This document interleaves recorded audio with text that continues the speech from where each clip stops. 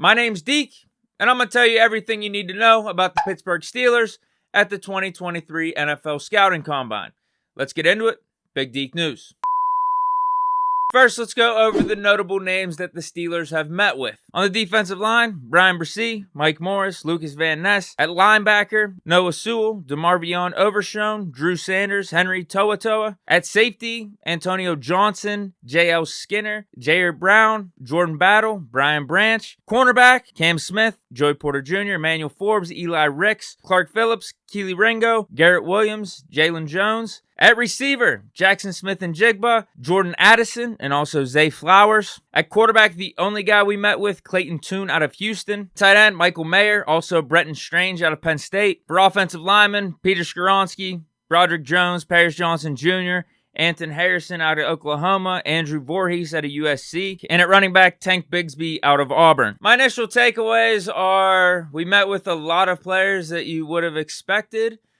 My only question is, if we're going to meet with certain top players, why aren't others included as well? For instance, like at tight end, if we're meeting with the top tight end and Michael Mayer, why didn't we meet with Dalton Kincaid or like a Darnell Washington?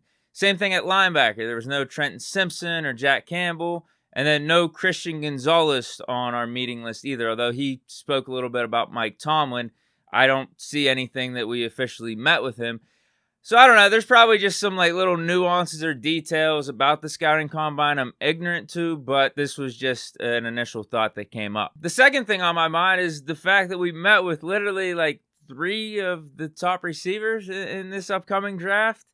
I know a lot of people don't want us to draft a receiver early on because they feel like it's a luxury pick, and I would agree with that. I just kind of want the Steelers to take Jordan Addison for obvious reasons.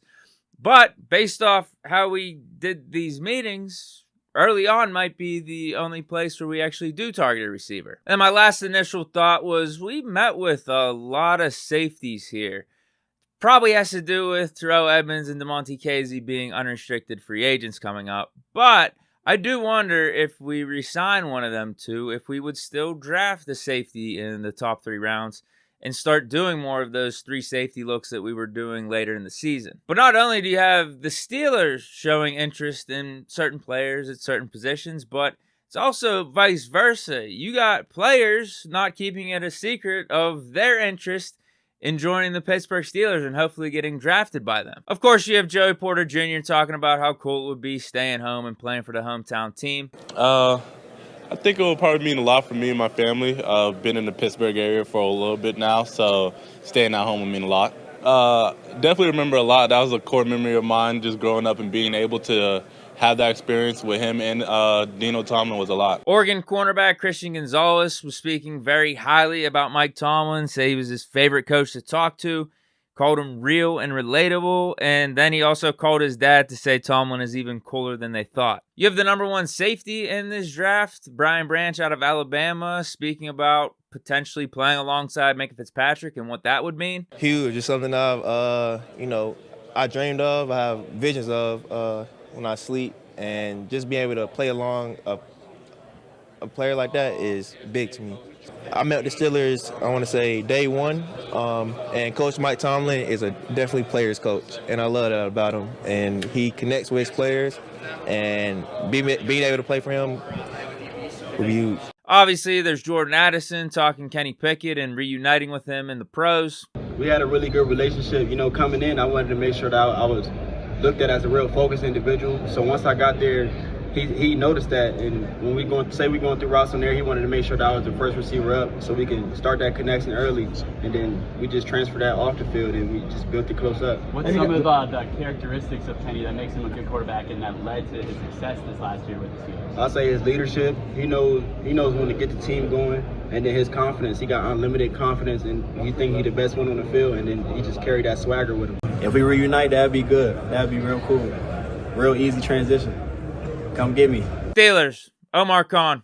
Let's just make it happen. You know you want to. And we still got more players. You got Brian Bresee out of Clemson, top defensive line prospect.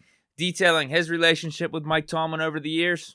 Yeah, I have talked to them. I've known Coach Tomlin for since my freshman year at Clemson. He's there all the time, so it was just like catching up with an old friend with him. He's a great guy, super easy to talk to, and just a phenomenal coach. Noah Sewell, brother of Penei Sewell, is an inside linebacker out of Oregon, thinks he could be the inside linebacker that the Steelers are looking for. Do you remember if the Steelers were one of those? I meet with them today. What are your thoughts on Mike Tomlin? I'm excited. I feel like they need a backer, and I think I can bring a lot to their team and just help them out win games.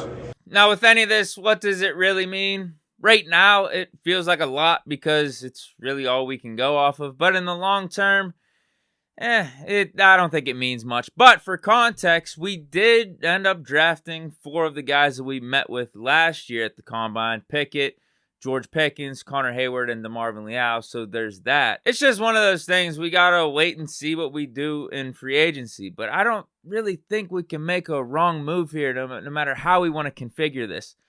I really like the spot we're in. I've been saying this all offseason. Like, you got to think of it this way. We're bringing back our whole offense. We got our quarterback. We got an offensive line that was improving. We have all the young weapons there. And then on defense, all of our stars are coming back. We have some uncertainty at other positions, but we still have a TJ Watt, a Cam Hayward, and a Minkah Fitzpatrick. We're going to have Highsmith coming back too. So, like, the core is coming back. We still got a Levi Wallace. We're going to still have a Miles Jack, presumably. So, it's all about how we fit the other pieces in. Do we do the draft? How much re-signing do we do? Do we make a splash in free agency? But at the end of the day, the crux of what we got is good. It's just we have so many different combinations and ways to go about filling out the rest of the roster. It'll be interesting to see, but I really don't think we can go wrong, and I do have faith in Omar Khan. But let me know what you guys think of the Steelers news and rumors and just the stuff that's been going on at the Scouting Combine thus far. Drop it down in the comments. Hope you guys enjoyed this edition of Big Deke News on a Saturday. Enjoy the weekend, stay safe, and peace.